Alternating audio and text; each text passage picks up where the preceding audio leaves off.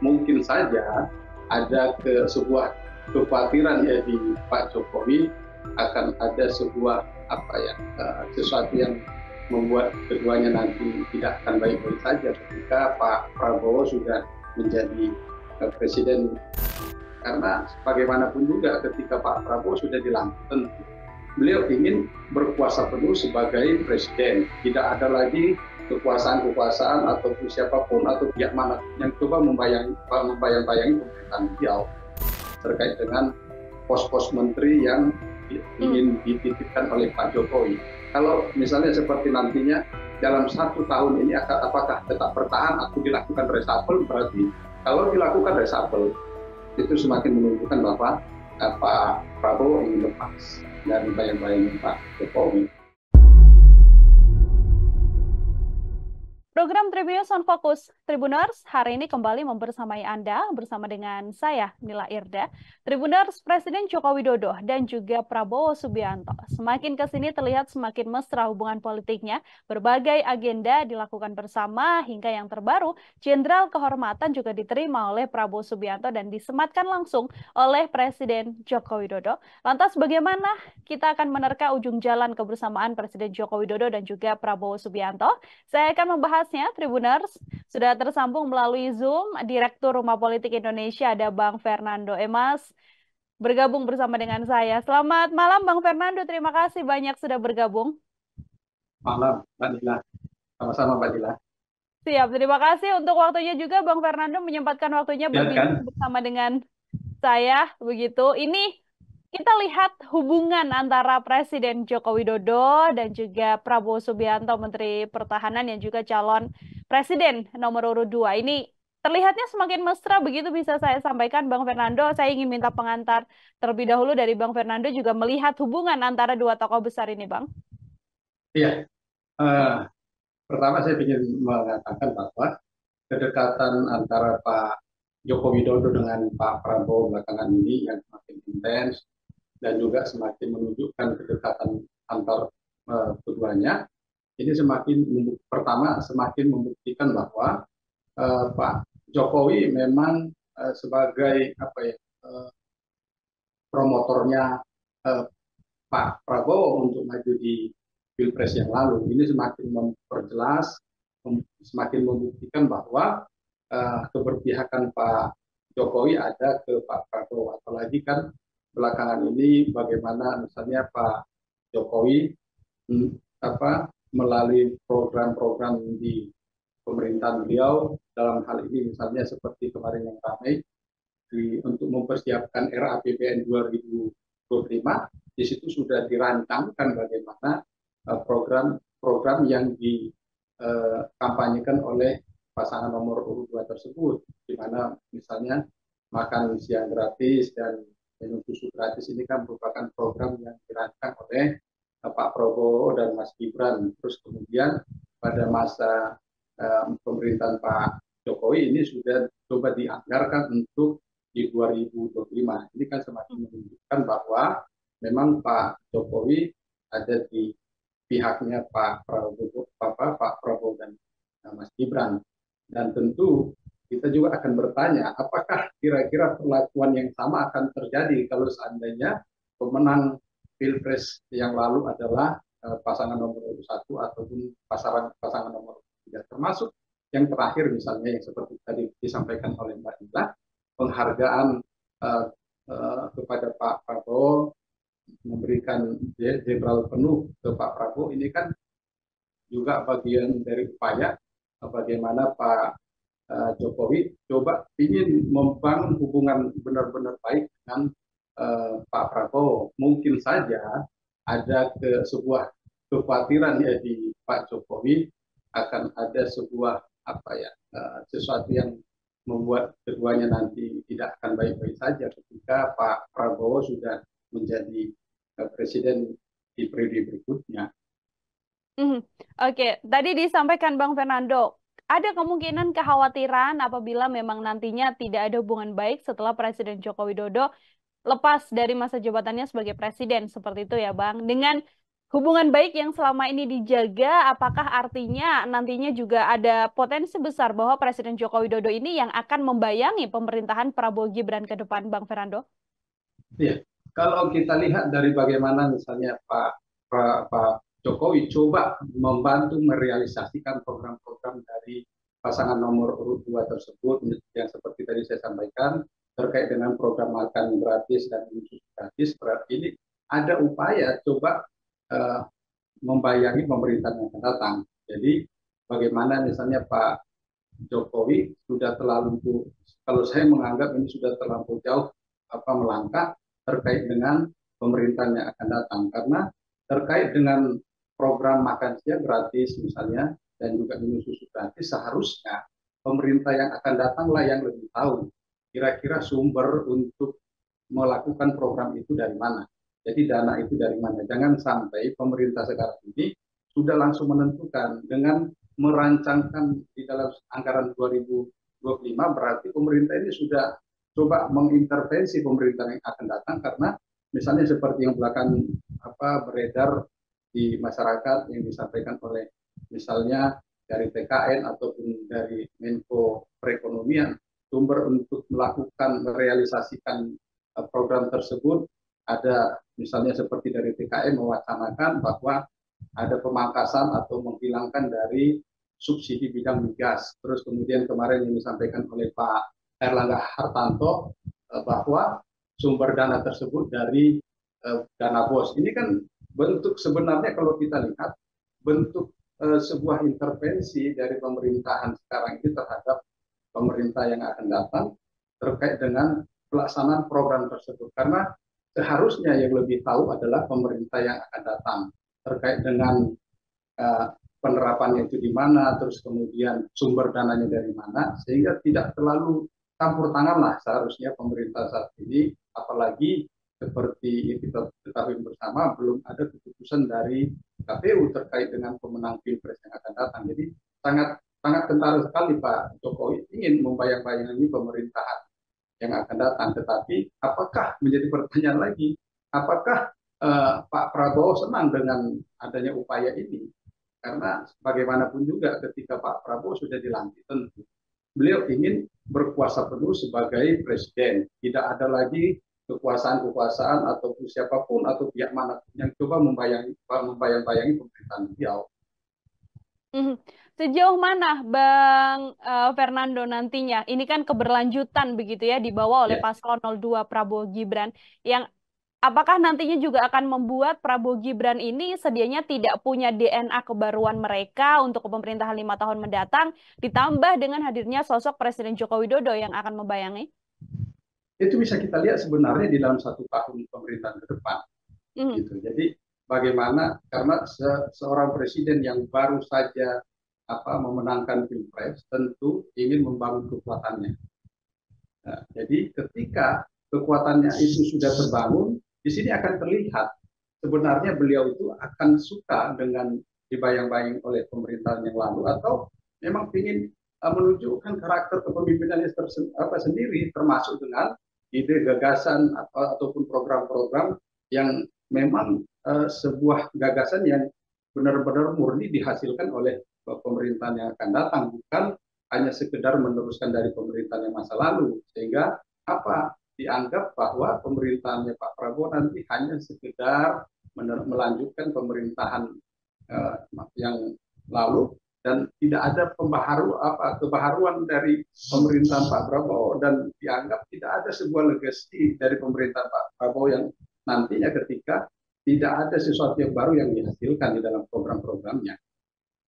Oke, kalau dari sosok Prabowo Subianto sendiri, Bang Fernando, ini sosok yang punya latar belakang militer, yang juga punya ketegasan, namun belakangan karena bersama dengan Presiden Joko Widodo tampak lebih luas begitu, tampak lebih merendah dan juga seperti yang kemudian dicitrakan oleh Prabowo saat ini. Apabila nanti memang jabatan sudah diterima oleh Prabowo Subianto, artinya apakah juga ada kemungkinan bahwa Prabowo bisa saja nantinya akan meninggalkan Presiden Jokowi dan tidak kemudian serta-merta mengikuti kesepakatan-kesepakatan ya dalam tanda kutip bisa saya sampaikan ketika memang belum menjabat sebagai presiden? Saya melihat potensi itu ada. Karena bagaimanapun juga ada catatan masa lalu hubungan antara hubungan yang tidak baik antara Pak Prabowo dengan Pak Jokowi. Karena sebagai manusia tentu terkadang ada sifat pendendam ini kan, mengingat masa lalu yang begitu menyakitkan misalnya ya.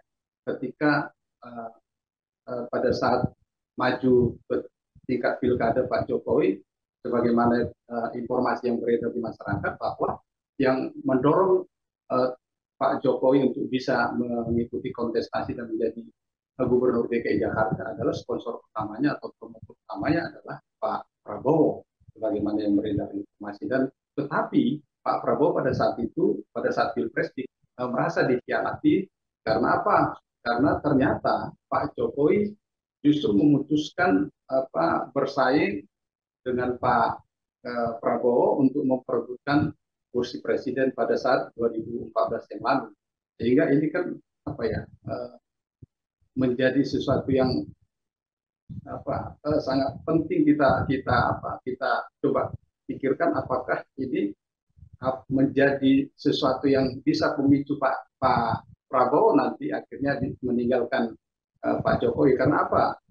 Begini Mbak Lila, karena saya menganggap apa yang dilakukan oleh Pak Jokowi terhadap Pak Prabowo, termasuk yang terakhir dengan memberikan jenderal penuh kepada Pak Prabowo, itu dianggap sebagai sebuah balas budi jadinya. Jadi bukan sebuah pemberian, tetapi balas budi apa yang sudah pernah dilakukan oleh Pak Prabowo. Jadi Pak Prabowo akan menganggap wajar ketika beliau akhirnya nanti meninggalkan Pak Jokowi di masa pemerintahannya. Jadi tidak lagi berada di bayang-bayang Pak Jokowi, karena akan kita lihat nanti seperti saya katakan bahwa 1 tahun ke depan seperti di kejadian di Filipina kan begitu.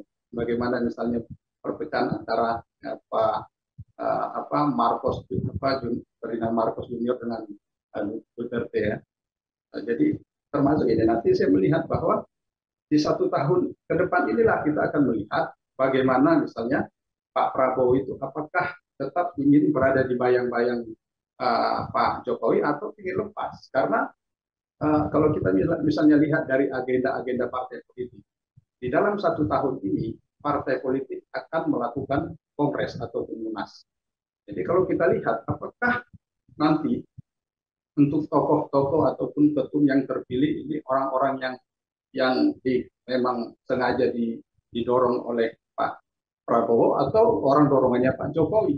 Jadi ketika ini kita lihat orang dorongannya Pak Prabowo, berarti sudah menunjukkan bahwa Pak Prabowo memang ingin lepas nantinya dari bayang-bayang Pak Jokowi. Karena bagaimanapun juga ketika Pak Prabowo ingin pemerintahnya kuat, harus menguasai juga di dukungan dari partai politik, dukungan dari legislatif, sehingga beliau coba menaruhkan pengaruhnya di partai-partai politik, sebagaimana kalau kita lihat ya presiden-presiden yang lalu, termasuk juga terakhir Pak Jokowi. Jadi kalau kita lihat itu nanti berarti Pak Prabowo cepat atau lambat akan melepaskan diri dari bayang-bayangnya Pak Jokowi. Oke, tanda-tandanya artinya bisa dilihat dengan sosok-sosok siapa yang kemudian nantinya akan membantu Prabowo Gibran dalam keberlanjutan pemerintahan mendatang, seperti itu Bang Fernando. Meskipun ada sosok Gibran Rakabuming Raka, ini adalah putra Presiden Joko Widodo yang membersamai Prabowo Subianto. Tidakkah kemudian sosok Gibran atau hadirnya Gibran ini akan mengikat Prabowo untuk tetap mengikuti arahan dari Presiden Jokowi, Bang Fernando? Kan pengalaman Filipina bisa juga kita lihat. Bagaimana misalnya wakil presidennya saat ini kan merupakan anak mantan presiden sebelumnya kan gitu. Dan ini hampir mirip sebenarnya kalau kita lihat. Jadi apakah nanti kejadian serupa akan sama? Jadi walaupun saat ini Mas Gibran diberikan posisi sebagai cawapres, cepat atau lambat kalau Pak Prabowo ingin melepaskan diri dari bayang-bayang Pak Jokowi, akan menghilangkan ataupun meminimalisir peran-peran Mas Gibran dari pemerintahan yang akan datang. Apalagi misalnya kalau kita lihat dari seperti informasi yang diberikan oleh beberapa jurnalis terkait dengan pos-pos menteri yang ingin dititipkan oleh Pak Jokowi. kalau misalnya seperti nantinya dalam 1 tahun ini apakah tetap bertahan atau dilakukan reshuffle, berarti kalau dilakukan reshuffle itu semakin menunjukkan bahwa Pak Prabowo ingin lepas dari bayang-bayangnya Pak Jokowi. Oke, ini 1 tahun pertama sebagai kunci untuk melihat bagaimana kemudian hubungan mesra antara Prabowo Subianto dan juga Pak Jokowi dari kacamata Bang Fernando. Ini meskipun Bang Fernando yang kita tahu kepuasan masyarakat begitu ya pada Presiden Joko Widodo ini di angka 80%. Artinya keberlanjutan yang sedianya di bawah Prabowo Gibran ini juga cukup positif untuk melanjutkan kerja Presiden Jokowi. Namun dari analisa Bang Fernando, apakah kemudian sebenarnya hal ini juga bisa membawa pengaruh buruk juga untuk praktek demokrasi di tanah air ini, Bang? Jadi kalau kita ini, Pak Prabowo tentu di dalam 1 tahun pemerintahannya akan menunjukkan jati dirinya. Jadi bukan hanya sebagai penerus Pak Jokowi, tetapi sebagai presiden yang sedang memerintah periode 2024-2029. Gitu. Jadi ketika Pak Prabowo sudah menjabat dan kekuatan beliau sudah penuh dapatkan, baik itu dari sipil, dari militer, tentu secara perlahan pasti ini kan sudah bergeser. Yang akan dilihat adalah tingkat kepuasan kepada pemerintahan Pak Prabowo, bukan lagi kepada Pak Jokowi. Sehingga secara lambat laun ini kan sudah terjadi pergeseran, Pak, yang selama ini sangat senang dengan kerja Pak Jokowi. Tentu ke depan orang akan melihat kerja Pak Prabowo bukan lagi kerja Pak Jokowi. Gitu. Jadi akan beralih secara perlahan-lahan, hati masyarakat itu akan beralih dari Pak Jokowi yang selama ini memerintah selama 10 tahun kepada Pak Prabowo yang sedang memerintah. Makanya di sini Pak Prabowo akan berusaha untuk menarik hati dari masyarakat, baik itu yang selama ini yang seperti berdasarkan beberapa hasil survei tingkat kepuasan masyarakat terhadap Pak Jokowi 80%. Jadi Pak Prabowo pasti ingin mengalihkan dari orang-orang yang selama ini suka dengan pemerintahan, puas dengan pemerintahan Pak Jokowi, diharapkan juga akan menjadi puas dengan pemerintahan itu sendiri. Supaya apa? Dengan begitu beliau akan bisa lepas dari bayang-bayang Pak Jokowi, karena bagaimanapun juga Pak Prabowo itu ingin menunjukkan jati diri beliau sebagai presiden, bahwa beliau lah sebagai presiden, bukan Pak Jokowi. Oke, akan menarik bagaimana kemudian kepuasan masyarakat terhadap Presiden Joko Widodo coba untuk dilakukan oleh Prabowo Subianto untuk bisa kemudian mendapatkan kepercayaan juga atau kepuasan dari masyarakat Indonesia seperti itu. 2 pertanyaan terakhir dari saya, Bang Fernando. Yang pertama, setelah nantinya Presiden Joko Widodo tidak lagi menjabat sebagai presiden, begitu ya, apakah kemudian power Presiden Joko Widodo ini kemudian akan hilang seiring berjalannya waktu, atau dari analisa Bang Fernando masih ada power besar dari sosok Joko Widodo secara personal begitu ya, yang juga bukan lagi seorang presiden?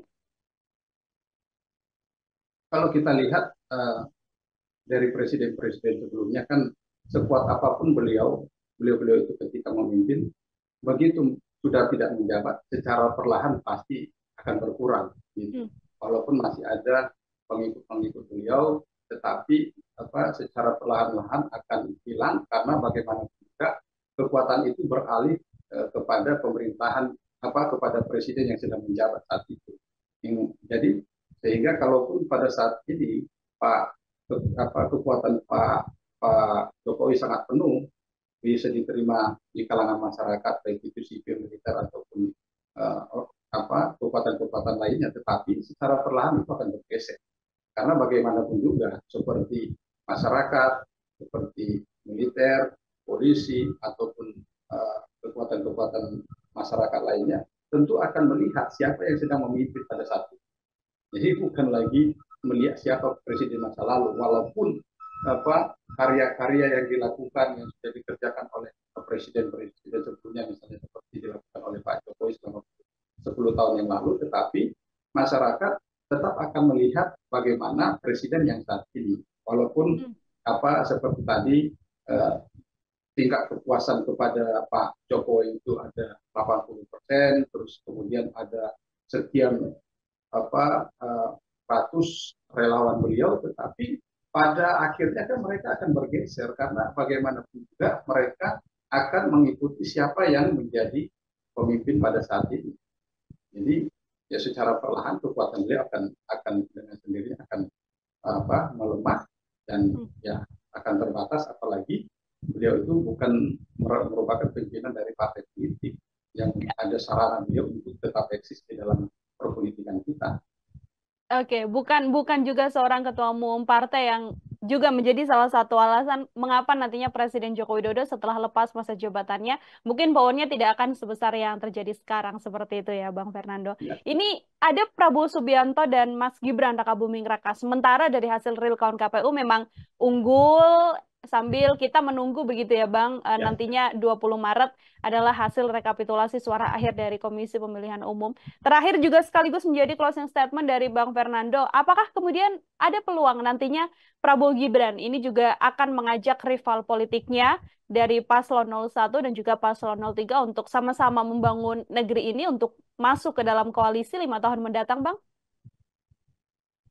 Ya, kalau kita cermati apa yang disampaikan oleh Pak Prabowo pada debat terakhir, bagaimana beliau pada saat itu menyatakan bahwa akan merangkul semua kekuatan, termasuk lawan-lawan politik beliau pada saat kontestasi di Pilpres yang lalu, termasuk melibatkan capres-capres yang menjadi rival beliau. Tetapi kan begini yang menjadi catatan penting bagi kita, bahwa rekonsiliasi itu bukan berarti harus mengajak rivalnya di dalam pemerintahan. Karena bagaimanapun juga pemerintahan yang baik itu harus ada yang melakukan kontrol, yang berada di posisi luar. Kalau semua masuk dalam pemerintahan, siapa lagi yang akan mengontrol pemerintahan ini? Karena bagaimanapun juga untuk melakukan check and balance itu kan harus ada kekuatan-kekuatan lain yang melakukan kontrol di luar pemerintahan. Makanya saya sangat berharap tadi untuk partai pendukung nomor 1 dan nomor 3 janganlah mudah tergiur dengan tawaran-tawaran yang diberikan oleh pasangan Pak Prabowo dan Mas Gibran untuk duduk dalam pemerintahan, karena bagaimanapun juga pemerintahan ini perlu dikontrol, karena bagaimanapun juga ada yang perlu mengkritisi jalannya pemerintahan 5 tahun ke depan. Karena kalau semua masuk, siapa lagi yang melakukan kontrol? Akhirnya apa? Seperti yang dikhawatirkan oleh banyak pihak, akan terjadi orde baru jilid 2, karena tidak ada kekuatan yang melakukan kontrol terhadap pemerintahan yang akan datang. Makanya saya kembali berharap tetap ada, dan saya berharap partai-partai politik baik itu PDIP, Nasdem, PKS, PKB, dan P3 untuk tetap bersedia menjadi partai yang berada di luar pemerintahan, agar bagaimana pemerintahan ini bisa berjalan dengan baik, karena ada yang melakukan kontrol terhadap pemerintahan mereka. Oke, perlu adanya partai-partai yang juga menjadi oposisi ya, Bang Fernando ya, untuk kemudian melakukan kontrol dan menjaga bagaimana kemudian kerja dari pemerintahan mendatang ini dengan kritik-kritik yang juga pastinya akan memperbaiki kebijakan-kebijakan di pemerintahan itu sendiri. Bang Fernando, terima kasih banyak untuk kesempatannya berbincang bersama dengan saya hari ini. Semoga di lain kesempatan ada momen lagi untuk kemudian kita bisa berbincang kembali. Selamat beraktivitas kembali, Bang Fernando. Mbak, selamat melanjutkan aktivitas juga. Siap, terima kasih banyak Direktur Rumah Politik Indonesia Fernando Emas bersama dengan saya Tribuners dalam program Tribunusan Fokus. Nantikan obrolan saya lain dengan tema-tema lain dan juga narasumber-narasumber lainnya. Saya Nila Irda pamit undur diri. Terima kasih dan sampai jumpa. Download Tribun X sekarang. Menghadirkan lokal menjadi Indonesia.